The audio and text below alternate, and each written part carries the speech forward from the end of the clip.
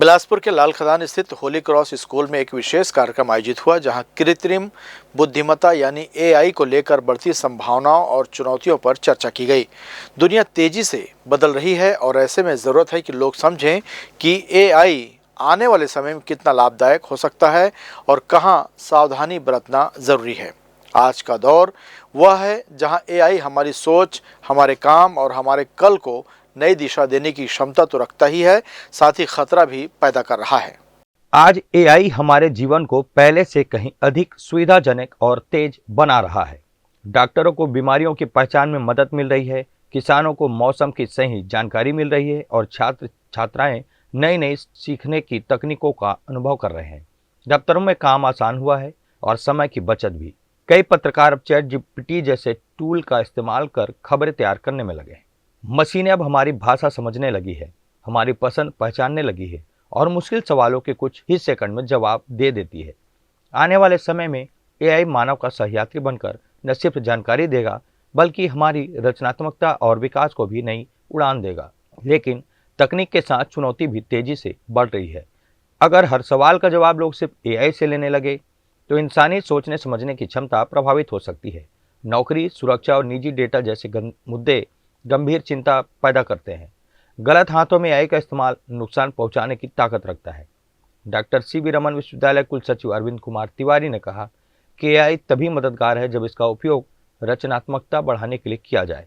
उन्होंने साफ कहा कि एआई कभी भी मानव मस्तिष्क को रिप्लेस नहीं कर सकता, लेकिन अगर इस पर निर्भरता बढ़ी तो यह बेहद हानिकारक प्रभाव भी छोड़ सकता है। देखिए, जब से विज्ञान आया है तब से यही डिबेट रहा है कि वो हमको रिप्लेस कर देगा, परंतु ये धरती ऐसी है कि यहाँ पर मानव मस्तिष्क को रिप्लेस नहीं किया जा सकता। एआई भी उनमें से एक है। ये नया विज्ञान है और ये जो विज्ञान है वो आपके माइंड और क्रिएटिव बनाएगा और शायद जो स्पेस पहले नहीं था, चाहे वो रीडिंग को लेकर के हो, चाहे वो पेंटिंग या आर्ट्स को लेकर के हो, उन नए स्पेस को वो अवेलेबल कराएगा। पर सवाल ये है कि हम इसको ले कैसे रहेंगे। अगर हम इस पर डिपेंड हुए तब तो हम नुकसान में रहेंगे, पर अगर हमने इसको अपने क्रिएटिव टूल्स के रूप में यूज़ किया तो शायद हम बेहतर क्रिएटर बन पाएंगे और एक नया समाज जाएगा। निश्चित रूप से होली क्रॉस स्कूल का ये प्रयास सराहनीय है। अंतर्राष्ट्रीय खिलाड़ी और 13 मेडल विजेता रोहन शाह ने कहा कि हर बच्चे में प्रतिभा होती है और माता पिता व स्कूल की भूमिका उसे पहचानने में अहम है।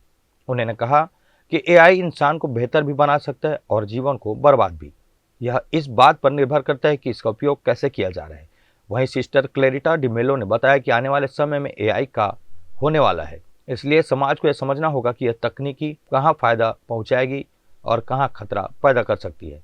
इसी सोच के साथ यह कार्यक्रम आयोजित किया गया ताकि लोग एआई का जिम्मेदारी और समझदारी से उपयोग कर सकें। यहाँ एक एनुअल फंक्शन हो रही है जहाँ पे बच्चों को एक एआई के ऊपर आज बात कर रहे हैं, क्योंकि एक एआई हर साल एक नया टेक्नोलॉजी इंट्रोड्यूस होता है।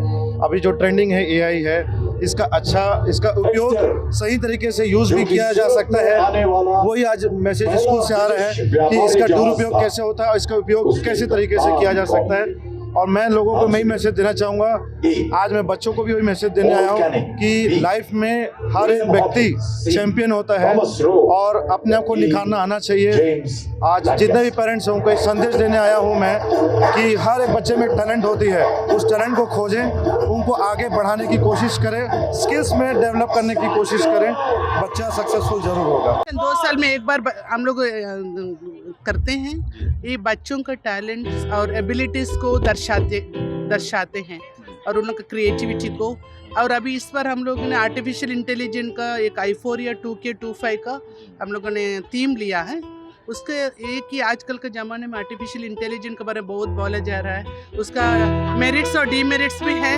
तो इस मामले को इसको देखकर हम लोगों ने एक i4 का थीम लिए हैं और बच्चों ने पेरेंट्स लोगों को बहुत ही शानदार रूप से अवेयरनेस लाया है साइबर क्राइम का और मोबाइल यूज़ का।